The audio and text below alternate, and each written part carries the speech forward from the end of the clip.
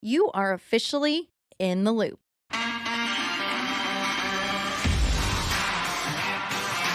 You are now officially in the loop. Let's get to it. Hello and welcome everybody back to In the Loop podcast.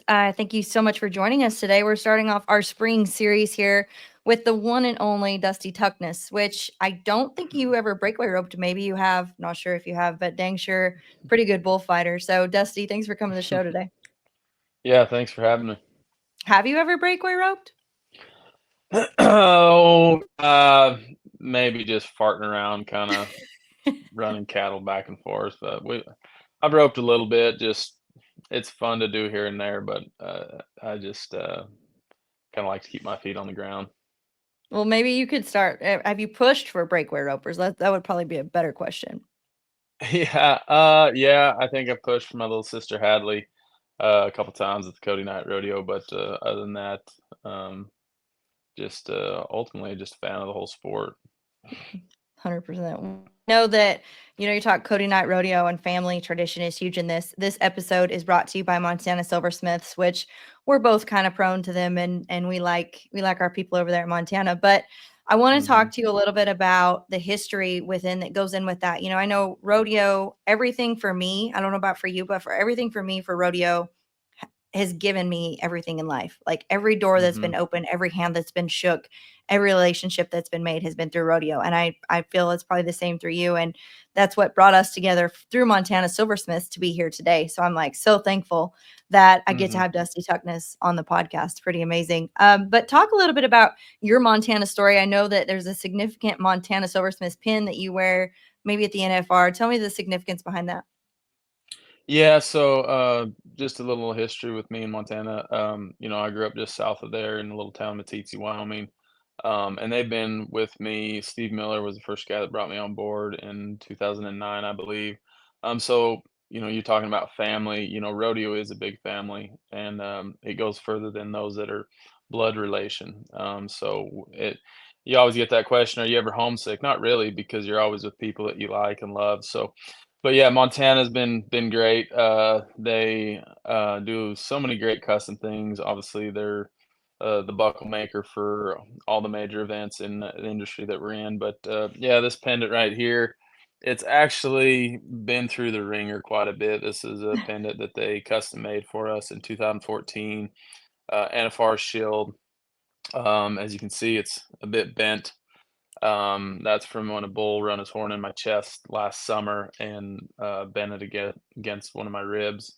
Wow. And then just the other day, I had it actually ripped off me in the arena here in Houston. And luckily, the the shoot crew and all the guys that work the arena crew, they ended up finding it in a 3-acre arena. So that was a pretty big blessing. But That is. she's been pretty worn down. It's actually I've wore it enough now. This part of the pendant has officially come apart, so it's just more for decor now. I don't fight bulls in it anymore. So, but yeah, brand of champions, durable. You know, kind of the whole every piece of Montana silversmith has a story, so it's something unique I like to keep on to. Why the 2014 pendant that you're wearing, like, I know you've probably got several of them. Why is that so significant to you? Well, the usually what we, the years we've been blessed with the opportunity to go to the Wrangler National Finals Rodeo, a couple of us usually always try to seem to get something for the other guys in our category, the bullfighters of the barrelman, just because it is, it doesn't matter what you make it in to go to the NFR. It's a pretty big honor. It's a pretty big Mhm. blessing, and that's what everybody strives for at the end of the year. And this is just something that I've done with my team and partners with Montana Silversmith. They've created a couple different years some pendants, and I've actually lost one of them already in an arena, and this is the one that's holding strong and true. So um, it's got a lot of history, a lot of story behind it from the different arenas that I've lost it twice in an arena, but we found it both times. So now it's just going to be one that I'll wear occasionally and try not to lose it again. Yeah, better hold on to that one. Well, Mhm. the significance behind everything, there's little things that we all do and we all wear and we all have. And so I know that that's neat to see and just everything that's important to everybody. But let's talk, we're going to jump into this series.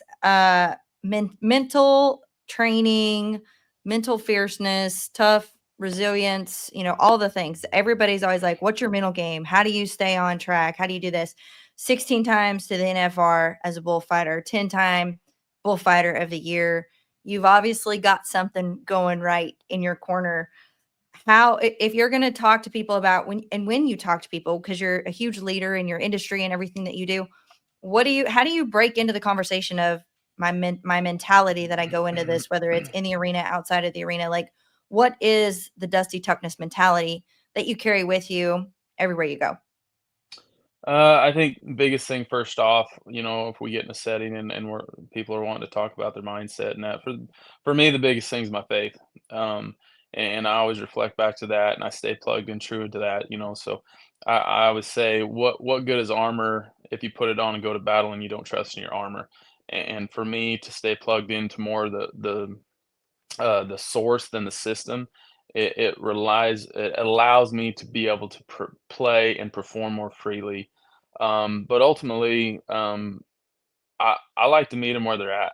If they're Mm, struggling with something, usually if somebody approaches you on something with a mindset or fear, anxiety, or whatever, they're dealing with that issue right there at that time in that moment. I just open up to them, let them know that they're not alone, that it's not that I've never experienced that because I have. Just a quick tidbit of my testimony back before I even had a career, my career was almost over. I got in a bad wreck when I was about 14 years old. Really found out at a young age what this sport could and can do to you, and put me in the hospital, knocked me out, busted my chin, broke a bunch of ribs, and honestly, through that part of my life, I grew up with 2 older brothers, so I you had to be tough to fill in or fit in where you fill in where you fit in, and so there wasn't much whining and complaining, but really for the first time in my life, when that moment happened, in that arena in New Salem, North Dakota, I understood what fear and nerves and anxiety and being scared was for the first time in my life, and um, you know, uh, before my career ever had a chance to be a career, it was pretty much over. The next event I went to work, I ended up having to leave the arena, the third bowl in, because I was so traumatized and thinking back to what what happened last time I was in there, and I just let that weigh so much on me. And I was still young in my rodeo career, I always say the hardest things we go through in life end up turning out to be the best things, and not to get all preaching and everything, but part of my story, the biggest thing of it is allowing God into my life and receiving him as Lord and Savior, and I did that shortly after that fact. Um, and that allowed me to, like I said before, be able to start playing more freely to trusting who I was and that I had an identity and a purpose and gifts, and now it was up to me to start uncovering these and putting in the work and trusting it and trusting the process. So the biggest thing is I like to meet them where they're at, let them know that, hey, I've dealt with that, and then I'll tell them different things and experiences that I've had in my life, and they kind of just sit back and like, you see it as I do, now with the Cowboy Channel and all these different episodes of these highlights in the stock market and all this stats, and that people see that sports center, but they mm. don't see the valleys that we walk through daily, and you've got to be able to share those moments with people because that's where they connect, and then they understand that I'm just a human just like them, or if I reach out to somebody, I hope that they can mentor me or coach me in a manner to where I can get better and sharper in those areas. Well, and I think that there's so much to unpack in there. It's huge, but like you said, you've encountered those things. You still probably encounter some of those things on a Hmm. daily thing. I think that's one thing that I definitely misinterpreted was like, okay, once I go through this battle, like that's never going to happen to me again, right? Like I'm going to be good with that and I'm going to have conquered that. And I'm just going to keep on moving. Like sometimes those things circle back around, but I love how you said like you reach out to people. You have people that you look up to and that Mhm. you talk to. And so talk a little bit about that, because that takes a very humble heart and a sincere heart to be able to say, like, hey, I'm struggling too. Like, what do you see? And I think the perspective is so huge there, because it's like sometimes I feel like I get a little zoned in, narrowed in, and I don't really see Mhm. outside of the box. And so I think somebody that you trust and has that perspective is really vital to helping you walk through those valleys. Yeah, you gotta have a humble heart and a humble spirit about it, and the willingness to be better than you were yesterday.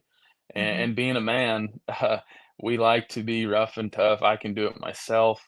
I've got this, and you've got to be able to take constructive criticism, because if you're not, I think you get stale and you get stagnant, you plateau, and I'm a firm believer that every day I step into that arena, the bulls will show me something new, or I'll figure something else different, or even in my training regimen, and that's the reason why I do all the stuff that I do. It's not to say, look at me, I'm a hard worker or nothing, but I want to be able to be an influencer and inspire others to chase their goals and dreams, and to be able to reach out to others. And some are, retired guys that I reach to, or some are later in their career. Some are even around my own age that we hold each other accountable, and I like to call them accountability buddies. And you've got to have that in your corner, because it's kind of Hmm. like fellowship.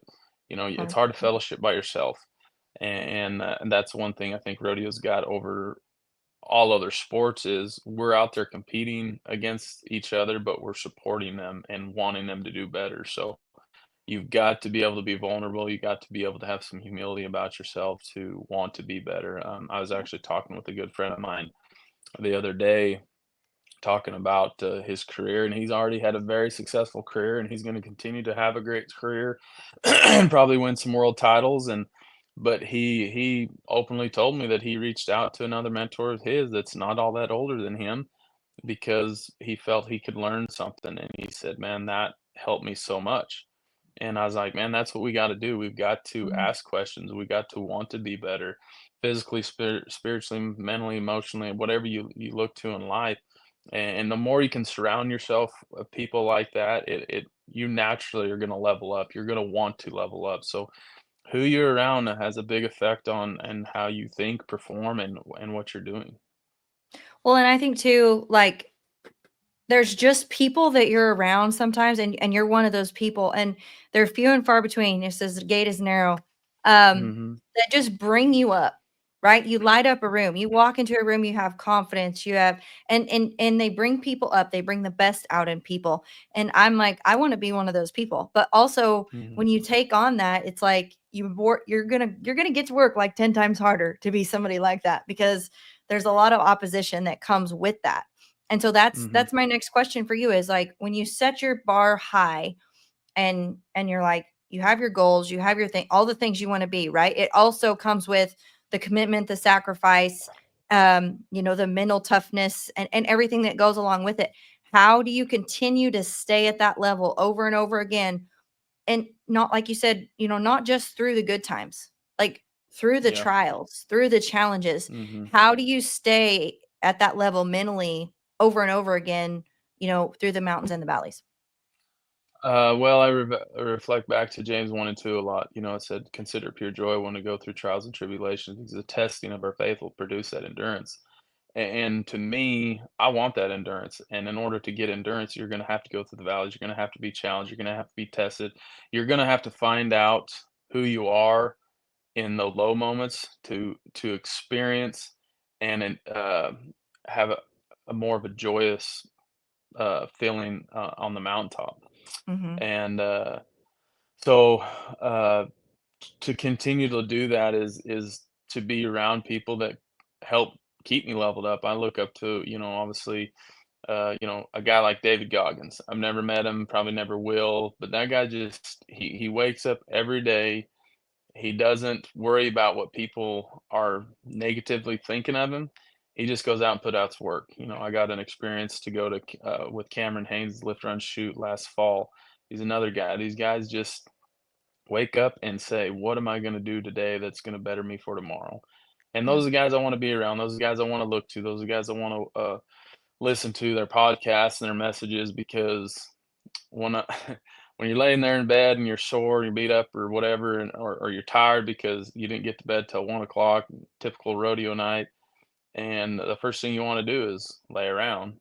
But I got a quote that's wrote at my house that I see it every day when I wake up. It says, "Somewhere, someone out there is working harder than you, and when you meet them, they'll beat you."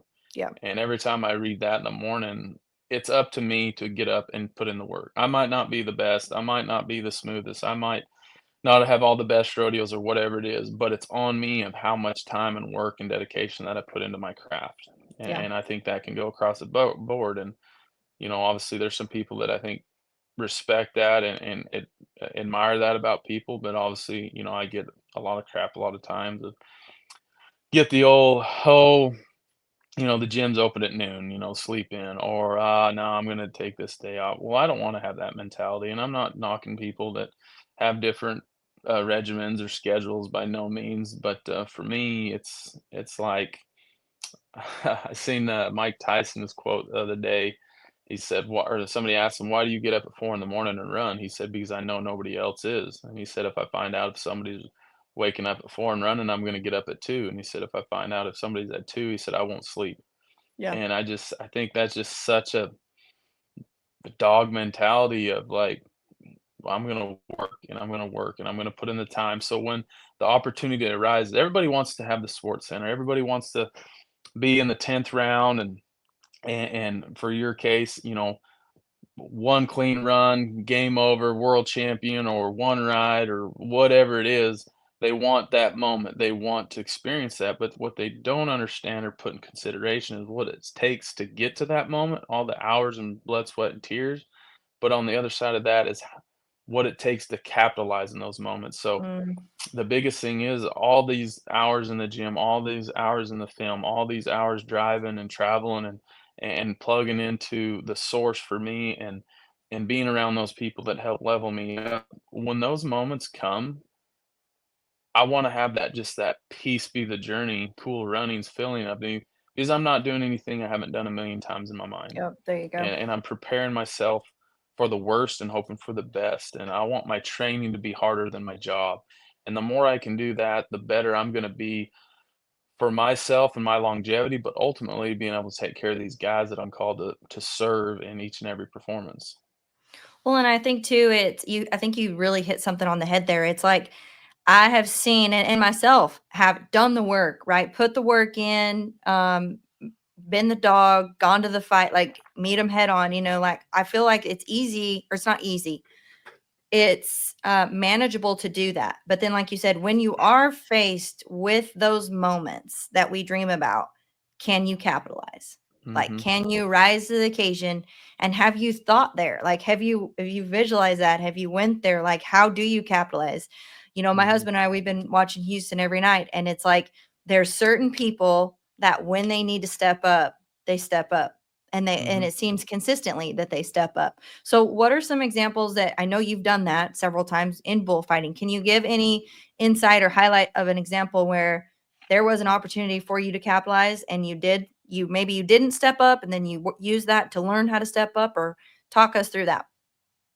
Yeah, so for me, fighting bulls is it can be a little different than in a sense of you guys being competing, backing into a box or Are you saying a tying your breakaway hands. cap's not scary? No, what I'm saying is just like the I'm for just kidding. so our mentality of it and our preparation is a lot of similar, Yeah. has a lot of similarities. But um, the spotlight is so much more focused on y'all in those type of moments compared to us. For example, if we go to the NFR, there's 3 of us and there's 15 guys every night we got to take care of, and it might be the 15th guy in the standings or the number one guy in the standings, and the battle in that moment is more focused on what's going on the contestant side of it. So for ourself, it's being ready and prepared ever before we step a foot in that arena. And like I said, that's where there's some similarity to y'all, but the spotlight is so driven on you guys in that particular moment to where us, if that's you turn that to the bull riding and say it comes down to this ride, if whoever wins the world title. That's really not directed to us. Now, are we excited? We're hyped because we got the best seat in the house, absolutely. But it has no change in how we are going to take care of business, whether he rides Mhm. and gets off clean, whether he hangs up, whether he gets underneath him. And that goes the same with the 15th guy in the standings, Right. or that goes the same for a weekend rodeo and a permit guy. So those types of things never change for us, where it is a little different for you guys to where you got to rise to that occasion in a sense. There's an old quote from a Navy SEAL guy. It says, "You never rise to the occasion, you sink to the level of your training." Mm. So going back to what I said earlier, of having your training harder than your performance or your career or your job, that's where it allows you to be comfortable in those uncomfortable situations when, for example, here in Houston, 80,000 people are on the edge of their seat because they're understanding from hearing Boyd, Andy, and Bob talk about what's on the line here. You're not doing anything different than what you've done a million times backing into your barn or your outdoor arena. And that's where you start seeing it starts reflecting on how much time and preparation some of these athletes are putting into things. And you can walk into a locker room, and I'm sure it's similar to y'all on the time event end, but I can walk into a locker room and have a pretty good idea whose motor's right, Mhm. just by their body language. When I was competing in freestyle bullfighting, it was the same way. We'd walk in there and in our locker room start getting ready. I could almost pick out who I was going to meet in the short round because I didn't have any intentions other than making the short round and winning. Like, I was not going in there cocky, I was going in there confident because I knew what I prepared for, and I could look over and see the 4 or 5 guys that I'm gonna meet in the short round just by how they're acting and their body language and like, seeing the short round. Like, I got 1 bull to fight, and then I'm gonna see in the short round, and my ultimate goal is I'm gonna win this thing. And it Right. worked sometimes, and it didn't work sometimes, but take what you can.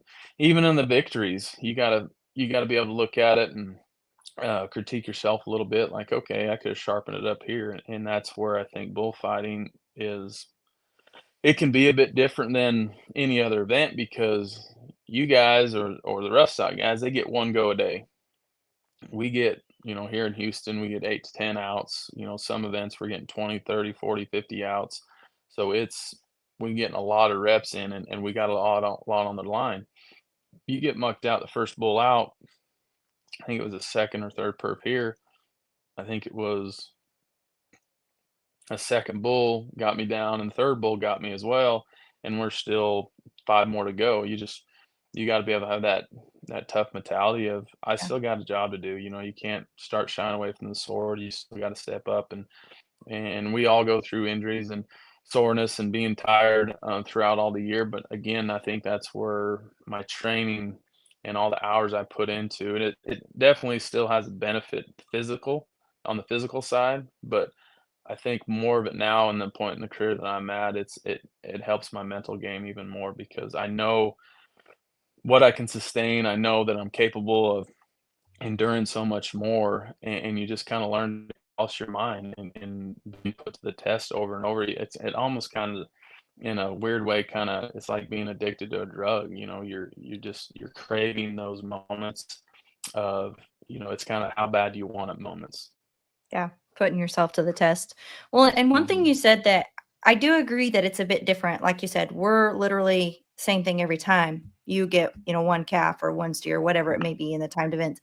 But then it also struck a chord in me. It's like, what if we have that mentality instead of maybe putting so much hype on that one calf or that one steer or whatever it may be, one run, we're doing the same thing every time because that's mhm, literally what we've prepared for, what we've trained for.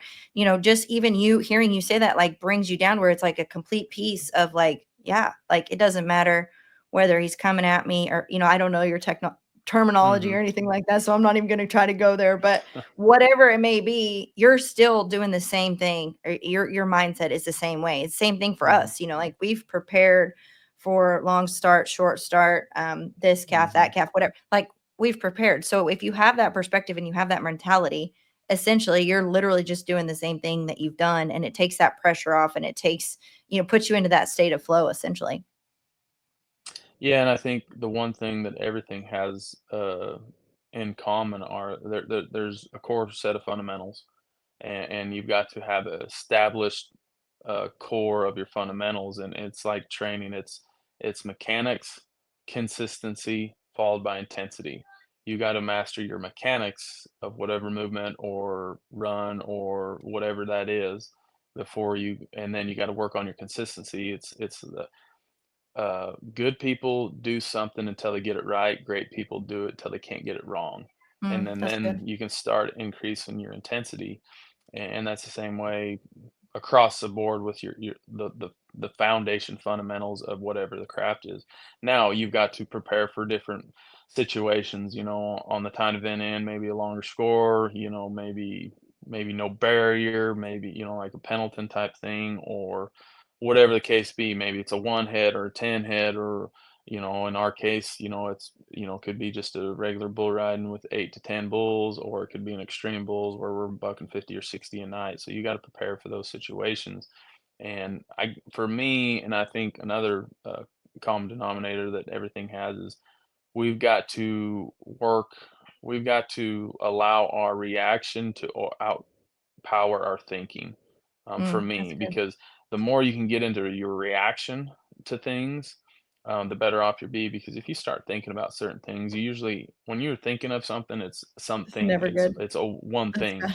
You're not reacting on, whether it's the weather, the wind, or the ground, or indoor, outdoor, 50,000 on the line, whatever it is. If you're thinking on just that, then you just trust your training. Yeah.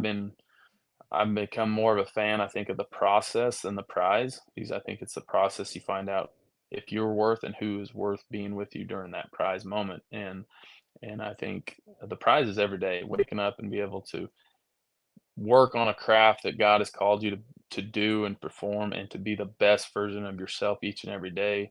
And that's a gift in itself. And sometimes we can get trailed off on thinking too far ahead, or why me, or I'm sore in this. But at the end of the day, we don't have to do this, we get to do this, and that's just Yeah. such a blessing to be able to wake up every day and do something you love, because there's a lot of people in the world that don't get that opportunity, and we get that opportunity. And reflecting back what we said earlier about rodeo being such a tight knit family, is there's so many people that inspired me and helped spur me on to chase my dreams, and I wanna be the same way. I wanna be able to mentor guys, or help them some way, somehow, if I can, if they want it from me. I'm not gonna go out and just try telling people how to do things, but I'm an open book. You come up to me and wanna talk to me, I can tell you life experiences, or how I kinda go about things. And what I've really learned through my career and my injuries that I've sustained is you've got to be able to have a strong mind, for one, and ultimately, to keep it short and simple, is the game didn't change. So don't allow your mind to try to change it, whether you're coming back off a bad injury, or financial setback, or whatever it is. Trust what you're doing to prepare you to capitalize in those big moments. Yeah. Well, and like you said, the game didn't change, and it's as you're talking about your strength and your fortitude within your mental game. We'll call it that. One of the things I've done an experience. So I did the 75 hard, and then I did a challenge following that, and there was a 5-minute cold shower in there, Yep. which I think is way tougher than your cold plunge. Just FYI, but Oh yeah. it's probably not. I need to do that too. But as we follow you on social media, we've seen you over and over. I was watching this morning, you're biting a chunk of ice. And I'm like, this guy's nuts. Like, literally, you're certified crazy. Talk about, but I will say the euphoria that you get off of doing that, like, not a time when I am fixing to step into this cold shower, does my brain like, oh, I can't wait. I get to do Yeah. this. I'm like, I don't want to do this. I don't need to do this. I just could go about my day. And I mean, like, it's arguing Mhm. with me. But when you get done with that, you're like, dang right. I can do this. I can do this. And over and over and over again, like you're talking about that consistency and that confidence. Talk about a little bit of your process. I know that you put yourself through daily. We've talked about this whole podcast, but talk about the cold plunges and maybe what that's done for you to start your day off and continue to keep yourself in that mental headspace of, yeah, I can do this. Yeah, so I mean, I've done partial cold plunges a little bit for several years. but I really started, I guess, getting into it a lot more over the last 2 or 3 years. And again, you hit the nail on the head with it. Like you don't wake up in the morning and go, "Oh, goody, I get to get in a cold tub or a cold shower." And it really sucks at times when it's winter and it's Mhm. 10 degrees out and you're busting your eyes so you can crawl into it. Nobody wants to do that, and I tell people that, but I heard Tony Robbins say it one time, and he was talking about the cold plunge. He said, "It's non-negotiable." He said, Yeah. "I don't fight myself with it. I don't try to redirect my thoughts." He said, "When I wake up, I just do it." And that sounds a lot more uh, simply said than done, but you gotta get yourself in that routine. I'm not saying you gotta cold plunge is the ultimate, you gotta do it. I'm Right. not telling anybody to do that, but you've got to find, something that where you can start consistently doing something. There's another quote I've got in my trailer actually. It says, "Do something that sucks every day." Mhm. And the more you can do that, you start building habit or routines and then Yeah. habits, and then eventually it's a lifestyle. And you talked about 75 hard. Um, Yeah, that's a tough challenge in itself, but the whole concept of that, it's not a one time and, "Oh, shoot, I did it, whatever, I'm done."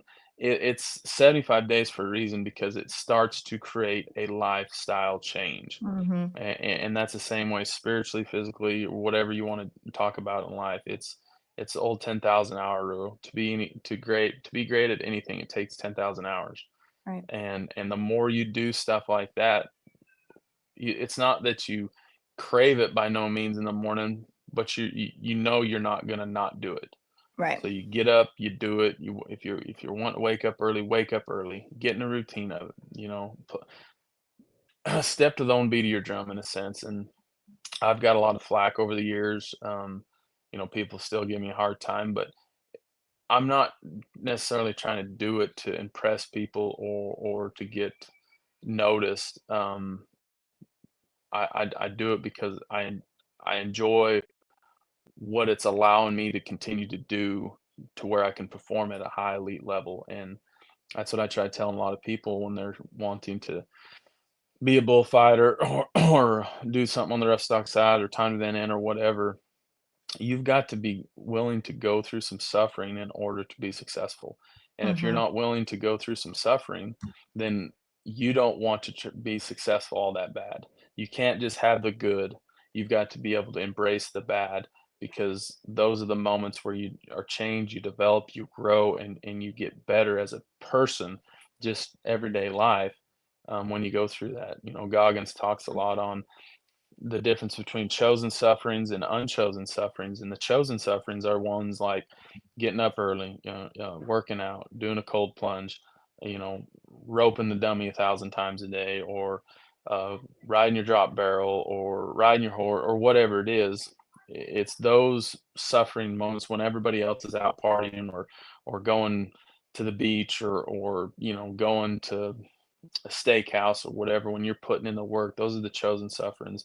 That doing that on a consistent basis will help you with unchosen sufferings of life, financial or loss of a family member or sickness or whatever it is, because you're starting to callous your mind that you can go through hard situations and still come out on top. Not that Be it okay. makes it easier, but it allows you to handle and take on those things and those moments in life a lot better.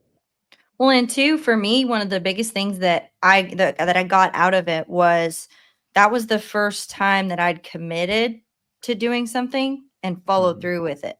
Like, a lot of the times for me, it's like, okay, yeah, 1 week of working out, cold plunge, like, easy, right? But, like you Mhm. said, creating that lifestyle was like, "Oh, but I'm busy," or "I've got stuff to do," or, like, you can be pulled in however many different directions you want, but for me, it was like I made that commitment to myself and I followed through with it, and so that Mhm. changed everything about me because then it's like I told myself I was gonna do something and I did it, and so that, Mhm. like, totally created some momentum for me and kept me going forward, and just like everything we hear you're doing and you continue to do to compete at this level 16 times at the NFR, and I don't see you going anywhere in the near future, and so it's like you've got to start that momentum and create that somewhere.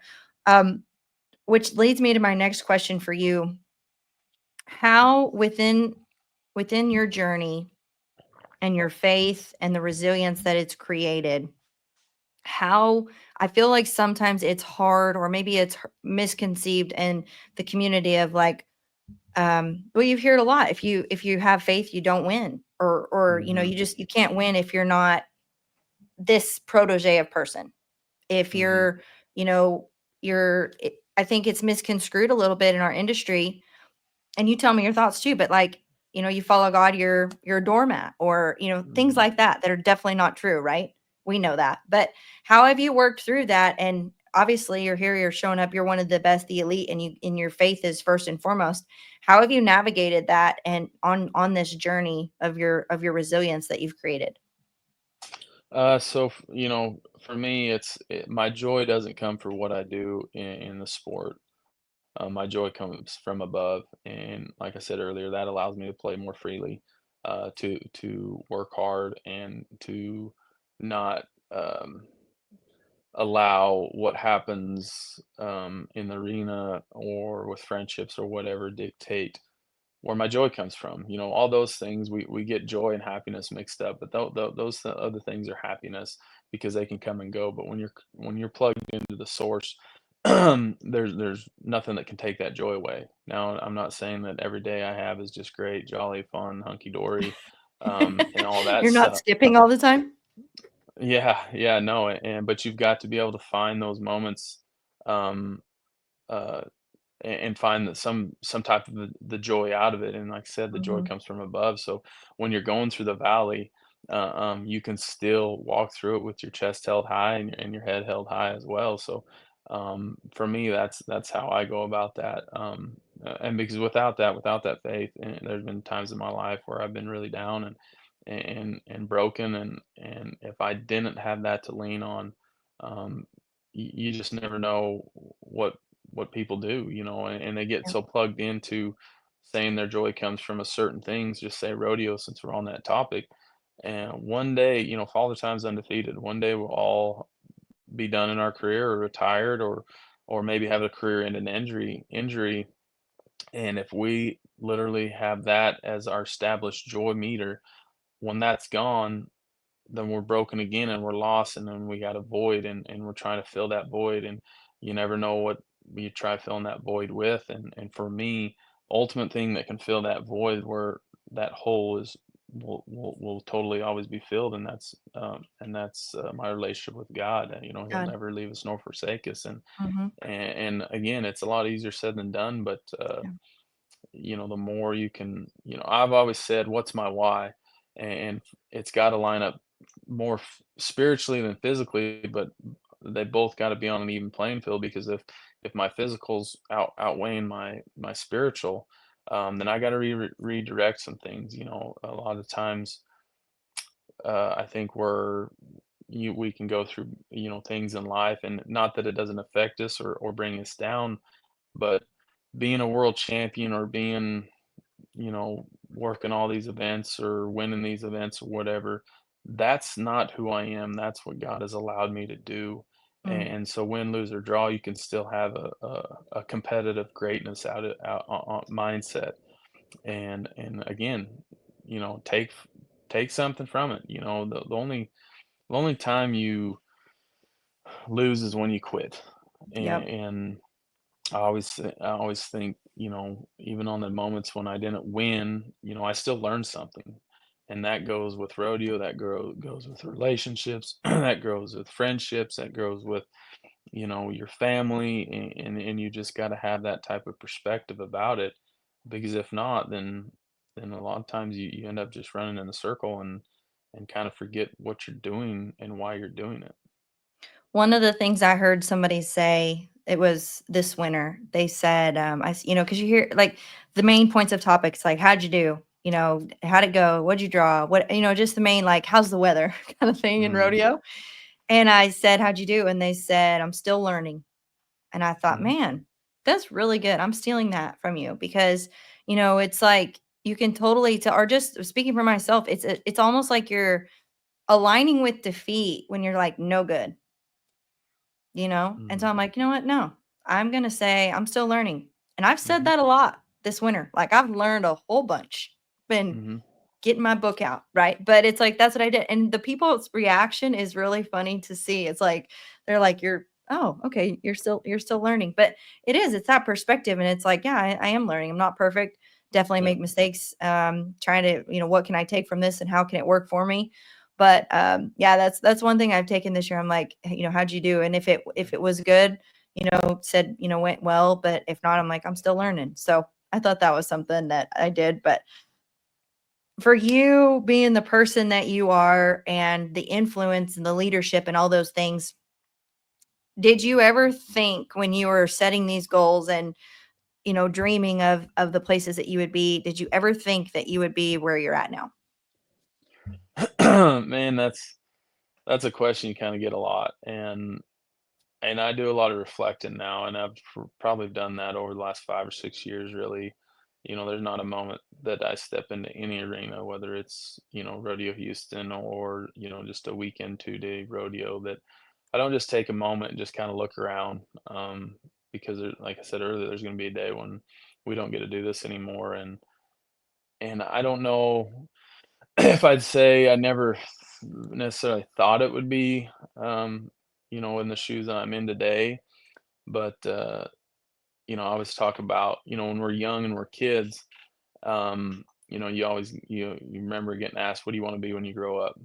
And some people say a fireman or a policeman or a doctor or a vet or a rodeo champion or whatever it is, and from my experience and what I can relate to, when I was young and being asked those questions, I don't I I guess I was too young to really take in consideration of what it was gonna take, to do some of the stuff I wanted to do in life, and so I think you kinda learn that as you go, in your journey, and so I can remember I really tried to reflect back into the big moments, what I thought were big moments in my career, and everybody kinda has some similar process to it. There's, the junior rodeos to the high school rodeos to the collegiate level and to, getting your permit or your card, and then, to your first pro rodeo, to your first win, to, your first circuit finals, to, obviously everybody wants to go to the NFR and so on and so forth. So,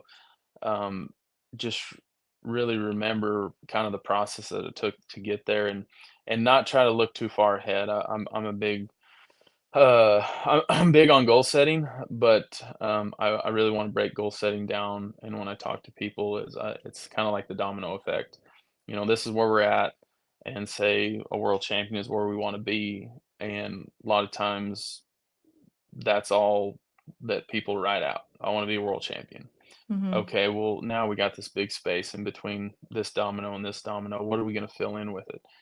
And so at my schools, they're usually 3 days. I tell all my guys, I said, I want you to write down 3 goals. I want one goal for this school in the 3 days, one goal from now till the end of the year, whether it's, maybe we might be in June, so you got a few more months, um, and then one goal to start the new year.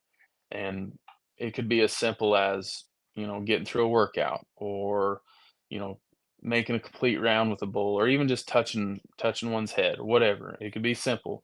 And then the next one could be, working a new practice pin or working a new event. And then the next one could be, you know, s- uh, filling out my forms to get my permit or whatever. But you stair step them goals in the sense why I like to do that is you're gonna start consistently seeing progress as you're going. Not that you lose sight of where you ultimate goal is, but it's gonna allow you to keep spurring yourself on and keep a little bit of motivation with you because you're seeing these dominoes fall as you're going. If you just keep it, this is where I'm at, I want to be a world champion. Well, naturally, you're going to put a timeline on that. And if you Hmm. don't reach it in that timeline, then you get down and you get depressed, or you start, oh, this is bull crap, and give up. Right. But if you continually to stair step them goals and that domino effect, you're the 1% better, basically. And you do that 365 times in 1 year, that's 365% better. And so everybody, we live in such a world now, we want to a quick fix, Instant the gratification. Yeah. yes, we want to have it tomorrow. We want the Amazon Prime edition. And that's just not how it works. Yeah. There's moments and opportunities that we do get and that allows us to capitalize on some things earlier, but you've also got to prepare yourself for those moments to where, like I tell guys when they want to get their card, I said, I want you to do another year. I said, not because I don't think you've got potential, but I don't want you to say get your card and not be at that caliber and then ruin your career before you ever really get it started, making contractors mad or bull riders mad or whatever it is.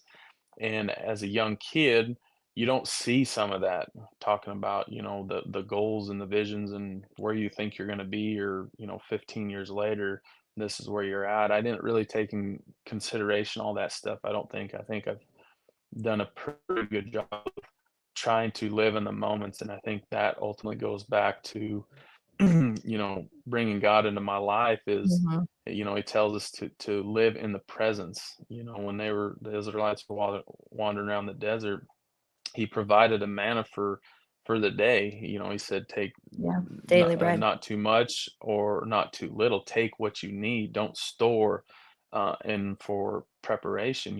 So what I got out of that message was to be present in the presence. And the more you can do that is that allow you to maximize your time, your effort, and taking this day going, what I do today is going to have a big outcome or effect onto my tomorrow, whether that's Tomorrow. good or bad. And the more you can focus on that day and those moments and maximizing your time in that part of your process, I think when you do get to the mountaintop, you're gonna appreciate it so much more because how much time, work, and effort you put into it. 100%. Very well said.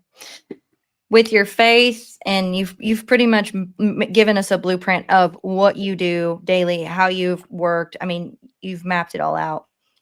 If you could go back and tell younger Dusty one piece of advice that you think would be a critical change or elevate you, what would that be and why? Oh man, that can be a deep question. I think just embrace the moments. You know, uh, capitalize and really allow yourself to enjoy some of those moments because rodeo can be quite a bit of a rat race, and especially for um, you contestants. Because, say, for example, like Cowboy Christmas, you guys go so hard and so fast in so many different towns. You never The time doesn't allow you to really enjoy some of those Mhm. moments, but the more you can just try to take in when the enemy tries to attack you, when you're showing up to a photo finish or had an overnight drive, it's easy for our mind to go, "Gosh dang it," or, "I got there too late and I had to turn out." Sometimes we gotta just stop and be still and just go, "You know what? I get to do this, I don't have to do this." And I think in my younger self, I just to enjoy some of those moments a little more, because it goes by quick. I'm Yeah. not I still feel like I got some good years left in me, but honestly, it feels like, my first NFR was this last year. Yeah. It's that vivid to me, and those moments of getting the call that I got my PRCA card, back in 2006, it seems like last week. And but just to really capitalize and take advantage of some experiences that you get, or more Tate told me years ago, whether it's getting a chance to go on a vacation, if you got the time and or financially, can make it happen, or you get invited to go do something or meet somebody, take those moments and do it, because when you look back, you're gonna go, "Gosh dang it, I wish I Wish would I have would done have some of done that that. stuff." I don't regret anything that I've done, because like we've been talking about, we learn and grow through it. Um, and I feel like some people that look into my lifestyle say that I've missed out on things in life. And from their perspective, maybe, but for me, I don't regret it because it's really developed and made me who I am today. And as long as I can be coachable and have some humility about me and be humble about who I am and who I'm trying to be, I know I'm a work in progress. I know I can get better and I want to get better. And for those who know me, they keep me in check or, to be better at that person. But I would say, yeah, just embrace those moments, take advantage of those experiences, and those are going to allow you to develop into the character that God's called you to be. 100%. Very well said. Thank you so much for taking your time today to share with us your viewpoint on mindset. It's been very, very, very much a blessing to me to hear, and I hope to everybody else. So thank you for joining us on In the Loop podcast, and we will see you down the road. Absolutely, thank you.